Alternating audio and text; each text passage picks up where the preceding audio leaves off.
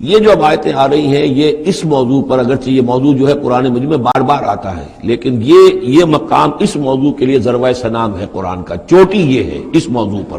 وہ موضوع کیا ہے؟ من کان یرید العاجلۃ عجلنا لہ فیہا ما نشاء لمن نرید۔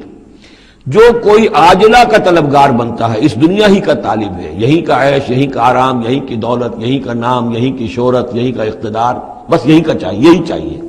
من کانا یرید العاجلۃ، جو ارادہ کر رہا ہے اسی کا، عجلنا لہ فیہا، تو ہم جلد دے دیتے ہیں اسے اس میں سے، کچھ دولت دے دیں گے، کچھ اور شہرت دے دیں گے، کچھ دنوں کے لیے وزیر اعظم بنا دیں گے، کچھ اور کر دیں گے، ان کی محنت جو ہے اس کو کسی نہ کسی درجے میں کامیاب کر دیں گے، لیکن دو شرطوں کے ساتھ، ما نشاء لمن نرید، جتنا ہم چاہیں گے اور جس کے لیے چاہیں گے۔ یہ ضروری نہیں کہ ہر شخص جو دنیا کا طالب ہے دنیا اسے مل ہی جائے۔ بہت سے ایسے لوگ ہوتے ہیں وہ ساری عمر اپنے آپ کو ہلکان بھی کر دیتے ہیں، دنیا پھر بھی ہاتھ نہیں آتی، ایسا بھی ہوتا ہے۔ یہ اللہ کا فیصلہ ہوتا ہے، جتنا ہم چاہتے ہیں، جس کو چاہتے ہیں، دنیا میں اس کی محنت کا نتیجہ دے دیتے ہیں۔ من کان یرید العاجلۃ عجلنا لہ فیہا ما نشاء لمن نرید ثم جعلنا لہ جہنم، پھر چونکہ وہ طالب دنیا کا تھا، اس میں سے ہم نے انہیں دے دیا جتنا چاہا،